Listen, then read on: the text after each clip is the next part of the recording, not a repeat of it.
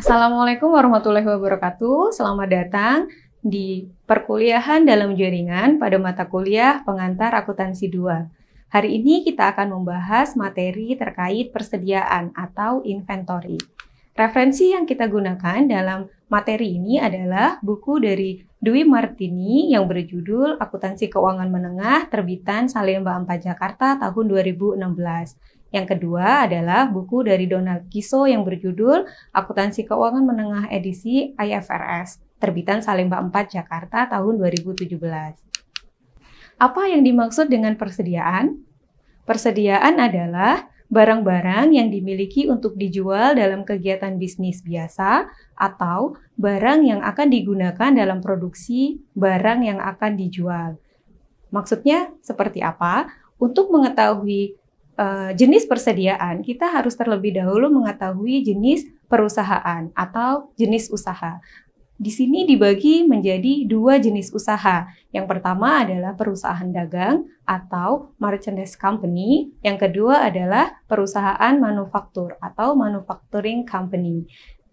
Pada perusahaan dagang atau merchandise company, yang dimaksud dengan persediaan adalah yang poin pertama, yaitu barang-barang yang dimiliki untuk dijual dalam kegiatan bisnis biasa. Artinya di sini sudah dalam bentuk barang jadi atau barang siap dijual. Sedangkan kategori persediaan untuk perusahaan manufaktur atau manufacturing company adalah persediaan di poin yang kedua, yaitu barang yang akan dijual dalam produksi atau barang yang harus dijual melalui proses produksi terlebih dahulu. Maksudnya di sini seperti itu. Jadi mulai dari bahan mentah, bahan setengah jadi, sampai dengan barang jadi. Metode pencatatan persediaan. Ada dua jenis metode pencatatan persediaan. Yang pertama adalah sistem periodik dan yang kedua adalah sistem perpetual. Sistem periodik merupakan sistem pencatatan persediaan di mana kuantitas persediaan ditentukan secara periodik, yaitu hanya pada saat perhitungan fisik yang biasanya dilakukan stop of name pada akhir periode akuntansi. Jadi, pada sistem periodik tidak diupdate jumlah persediaannya ketika terjadi perubahan kuantitas persediaan. Persediaan akan diupdate atau akan dicatat di akhir periode melalui stock of name. Yang kedua adalah sistem perpetual. Sistem perpetual merupakan sistem pencatatan persediaan di mana pencatatan persediaan up to date terhadap barang persediaan yang mengalami perubahan. Jadi bedanya di sini ketika kita menggunakan sistem perpetual, maka setiap terjadi pembelian persediaan, maka otomatis sistem ini akan menambah jumlah persediaan. Dan begitu pula sebaliknya, ketika terjadi penjualan persediaan, maka dengan menggunakan sistem perpetual, secara otomatis harus mengurangkan jumlah persediaan dari persediaan awalnya. Seperti itu dapat dipahami ya. Oke, untuk memudahkan pencatatan dengan menggunakan metode periodik dan perpetual, kita dapat lihat pada ilustrasi berikut ini. Di dalam slide disajikan sebuah ilustrasi perbedaan antara metode pencatatan periodik dengan metode pencatatan perpetual. Jadi di sini pada contoh pertama terjadi persediaan atau pembelian persediaan atau adanya persediaan awal senilai 1.200.000, yaitu 100 unit dengan harga 12.000 per unit. Lalu di contoh selanjutnya ada atau terjadi pembelian sebanyak 900 unit seharga 12.000 per unit. Di sini berbeda ketika kita menggunakan metode periodik dan ketika kita menggunakan metode perpetual. Ketika kita menggunakan metode perpetual, maka ketika terjadi pembelian, kita harus menambahkan langsung pembelian tersebut menjadi persediaan. Artinya kita harus mendebit persediaan senilai barang yang kita beli. Jadi jurnalnya adalah persediaan di sisi debit dan utang dagang di sisi kredit. Karena di sini kita asumsikan pembeliannya menggunakan metode kredit, sehingga akun utang dagang bertambah. Nah, berbeda ketika kita menggunakan sistem periodik. Pada sistem periodik, ketika terjadi pembelian persediaan, kita tidak langsung menambah jumlah persediaannya, tapi kita mencatat dia sebagai pembelian. Jadi, kita mencatatnya dengan cara mendebit pembelian senilai senilai pembelian yang kita lakukan, yaitu 10.800.000, ini dari 900 unit dikali dengan 12.000. Dan untuk akun kreditnya sama, karena kita asumsikan menggunakan pembelian kredit, maka di sini pada sisi kredit kita gunakan akun utang dagang. Bisa dipahami perbedaannya? Lalu ketika terjadi penjualan barang dagang atau terjadi penjualan persediaan, di sisi perpetual dan di sisi periodik juga akan berbeda pencatatannya.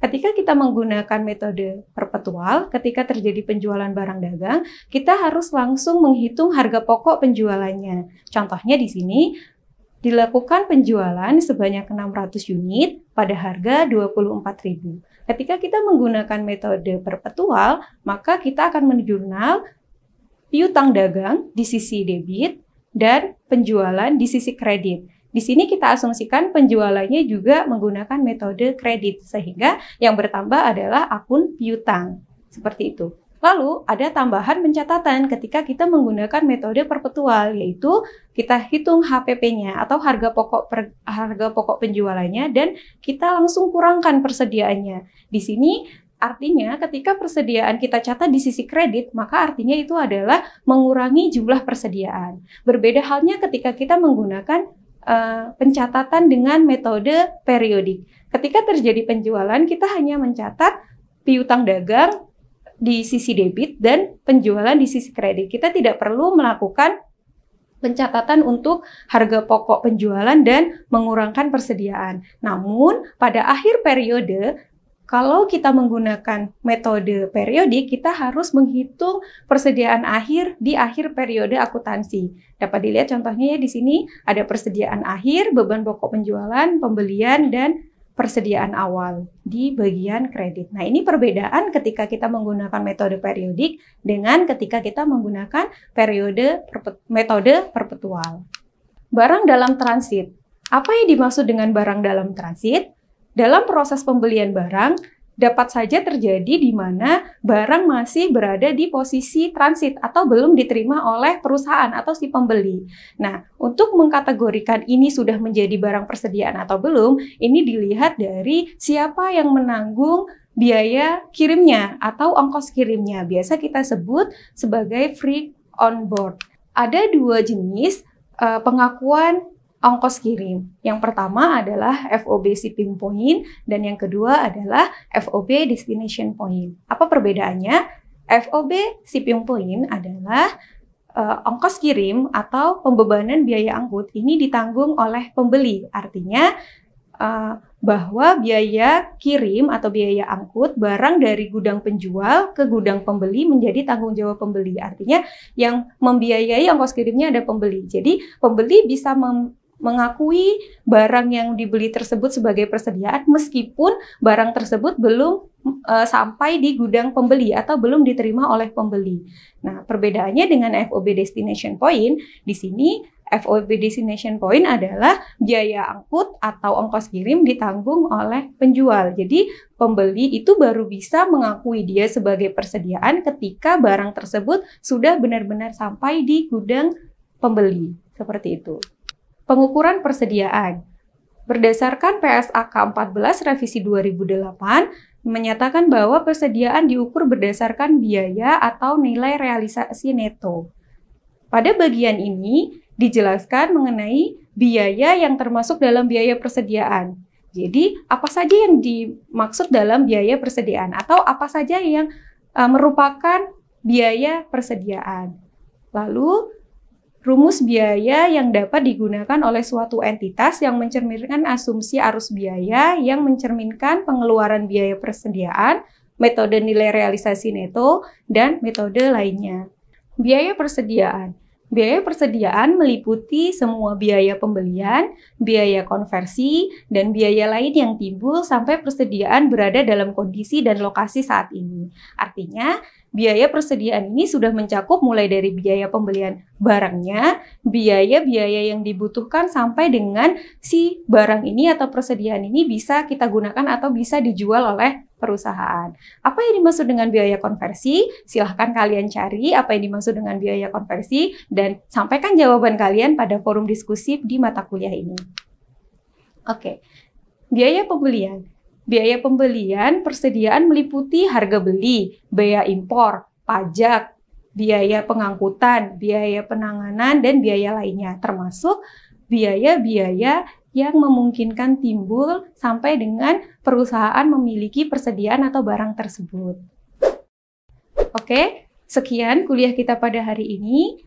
Semoga bermanfaat. Jika masih ada yang belum memahami tentang materi ini, silahkan sampaikan pertanyaan kalian pada forum diskusi. Sampai jumpa di pertemuan selanjutnya. Saya akhiri. Assalamualaikum warahmatullahi wabarakatuh.